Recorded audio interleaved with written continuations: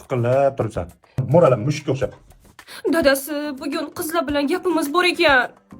Gaplash? Telefon orqali gaplash.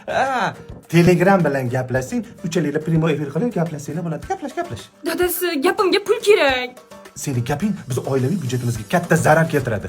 Ovqatlanishingni o'zi 400-500 mingga tushadi. Har gal yangi ko'ylak, o'sha yangi ko'ylakka borib, salonga borib bo'yan va undan tashqari kassirlarning o'zi $100. Siz choyxonaga borsangiz, men indamayman-ku. Bizni choyxona bilan seni restoranning tenglashtirmagan, bizni choyxonamizga 50 ming so'm, borali 100 ming so'm ketadi. Nima olamiz?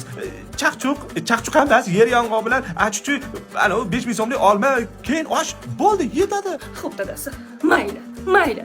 Ko'ylak kerakmas. Kiymayman-ku yangi ko'ylak, kiymay qo'ya qoling yangi ko'ylak. Salonga ham bormayman. Mana shu turishda ketaman. Faqat $200 bering gapimni o'ziga. $200? Sen o'zi $100 deb qanaqasi $200 ga chiqdinglar? O'tgan oy $100 ko'ylak oldim. Siz juda ham barakali xotin ekansiz. Dadasi, yangi ko'ylak olmayman deyapman-ku. Конечно, yangi ko'ylak olmaysan-da. Mana shu ko'ylakni 3 yildan beri yupib o'ylab qolganim yo'q. Hatto orqasida yamog'i ham bor, o'zim tikib olganman. Qani, bilinmaydi dadasi. Dadasi, siz meni o'zi boylagin, bankomatimsiz-ku. Bankomat.